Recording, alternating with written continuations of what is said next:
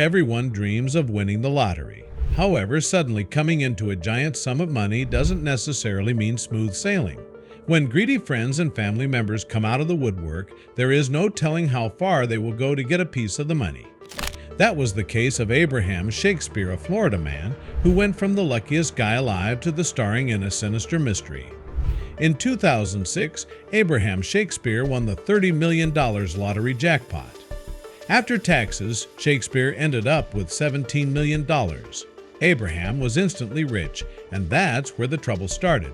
As soon as Abraham won the enormous jackpot, so-called friends began looking for a piece of the pie. A friend who accompanied Shakespeare to the store to buy the lottery ticket was asking for $1 million. He would later claim that Shakespeare stole the ticket from his wallet. The story was clearly made up, but it was still taken to court.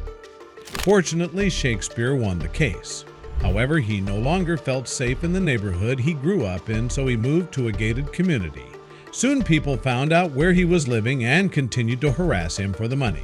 Shakespeare was now alone, far away from home, and infuriated by the constant pressure from friends and family. One of the more nefarious characters that appeared in Abraham's life around this time was D.D. Moore. She was an old flame who sold Abraham on the idea that she wanted to become his financial manager. Together, Abraham and D.D. set up Abraham Shakespeare LLC, with Moore taking complete control of all of Abraham's finances. Up to this point, Shakespeare was incredibly careful with his money. His only substantial purchases were the million-dollar home he escaped to, a Rolex, and a new car. D.D. saw an opportunity in Abraham. He wasn't paying attention to his money, so he wouldn't notice if she treated herself to $1 million worth of new cars and a luxurious vacation. For a man who just won the chance of a lifetime, Abraham was strangely quiet, and the police finally figured out why he had disappeared. Naturally, the first suspect was D.D. Moore. She listed several places he could be, claiming she even helped him get away from the consistent harassment. With no sign of Abraham, Moore began to sink into a financial hole. She had no money to pay off the cars, the home, and other items she bought. She was now in debt and in trouble. Moore even went so far as to fake a rape and kidnapping to claim she was extorted. Suddenly, there was a tonal shift, and people became wary of Shakespeare's whereabouts. Family and friends that were previously pressuring Shakespeare for money were shocked and expressed genuine concern about Abraham's condition. Family and friends received a sudden influx of text messages family and friends received from Abraham, and they sensed something wasn't right. He wouldn't answer phone calls, but he'd send lengthy text messages full of sophisticated words. His loved ones doubted whether Abraham was sending the messages, and of course, their concerns were valid. It was Dee they were talking to. Oftentimes, when she was asked potentially incriminating questions through text, she would leave them on read. She was now ducking away from her troubles and pretending to be Abraham Shakespeare.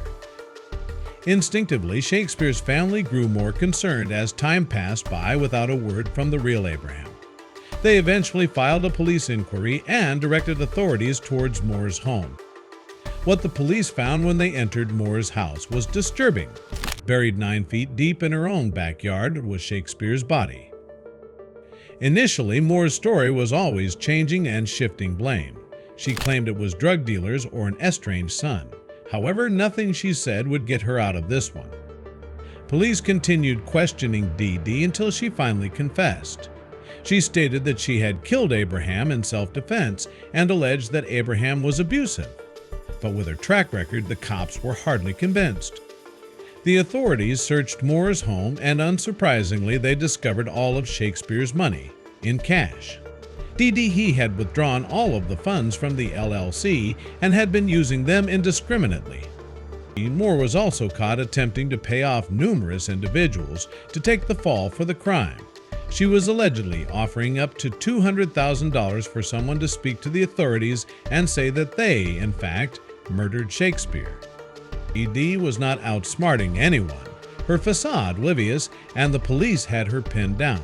She was arrested, and a bail of $1 million was set. Predictably, Moore had blown through the money and could not afford bail.